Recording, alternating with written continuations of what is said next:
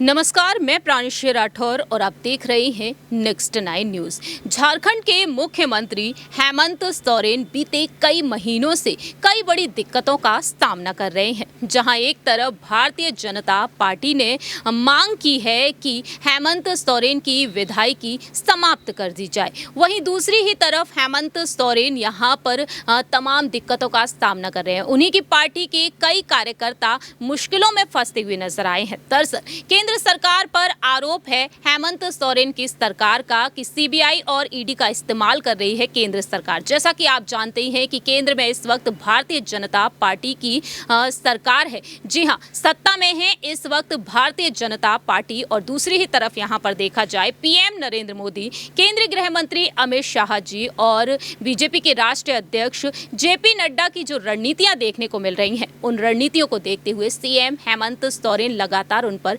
निशाना साध रहे हैं। जहां एक तरफ इंतजार किया जा रहा है कि आखिरकार राज्यपाल रमेश बैस कब अपना फैसला सुनाएंगे। अब तक राज्यपाल ने अपना फैसला तक नहीं सुनाया है।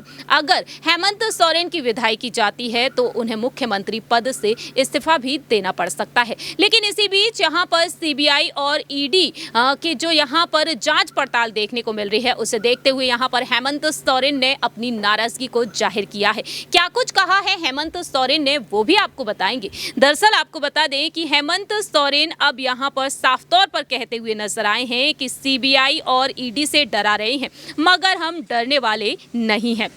जी हां, आपको बता दें कि हाल ही में हेमंत सोरेन एक कार्यक्रम का हिस्सा बने। बीते बुधवार को गिरिडीह के झंडा मैदान में जनसभा को उन्होंने संबोधित किया और उन्होंने यहां पर कई बड़े-बड़े ऐलान भी किए हैं। जानकारी के लिए आपको बता दें, सीएम हेमंत सोरेन ने कहा कि पहले शिकायतें आया करती थीं, योजनाओं का लाभ मिलने की बात दूर, ग्रामीण क्षेत्रों में सरकारी अफसर नहीं पहुंचते थे। इसे देखते हुए ये कार्यक्रम शुरू किया गया और इस कार्यक्रम के तहत 6000 शिविर लगे, लाखों की समस्या का समाधान किया गया।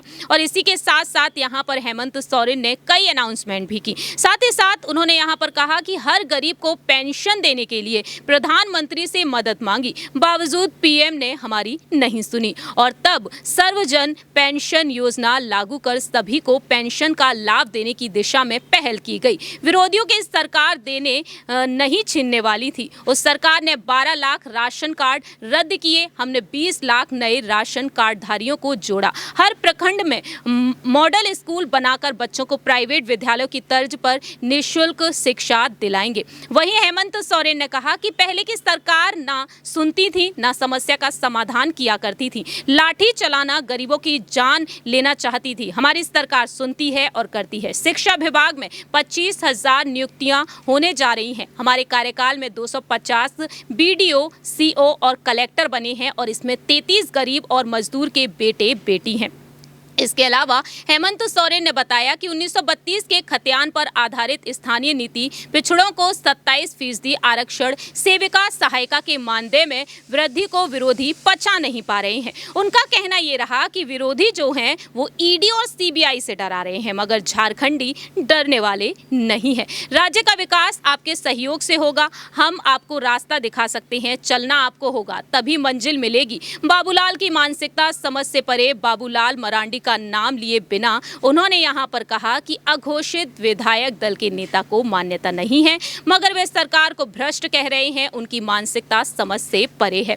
वहीं उन्होंने कहा कि पहले की सरकार किसानों को समय पर बीज और खाद नहीं दिया करती थी, हम दे रहे हैं। किसानों को बारिश पर निर्भरता खत्म करनी है, आपका आशीर्वाद रहा तो हर खेत में पानी पहुंचाएंगे। ग्रामीण क्षेत्र के लोगों को 100 यूनिट बिजली फ्री दे रहे हैं, शहरी क्षेत्र की घोषणा की और एक पेड़ लगाओ 5 यूनिट बिजली फ्री पाओ। इस तरीके से यहां पर हेमंत सोरेन ने कई बड़ी अनाउंसमेंट कर दी है। फिलहाल देखा जाए तो हेमंत सोरेन यहां पर बीते पिछली सरकार पर बरसते हुए नजर आए और वहीं यहां पर पीएम नरेंद्र मोदी पर भी उन्होंने निशाना साध दिया। देखना यह होगा कि हेमंत सोरेन जिस तरीके से बड़ी अनाउंसमेंट करते हुए नजर आ रहे हैं और अब उनकी योजनाओं से झारखंड वासियों को कितना लाभ मिलेगा, खैर ये तो वक्त के साथ साथ पता चलेगा। लेकिन अब इंतजार है राज्यपाल के फैसले का। आखिरकार राज्यपाल फैसला सुनाने में इतनी देरी क्यों कर रहे हैं, इसके पीछे की वजह अब तक सामने नहीं आई है। मालूम हो कि बीजेपी ने पत्र भेजा था चुनाव आयोग को और मांग की थी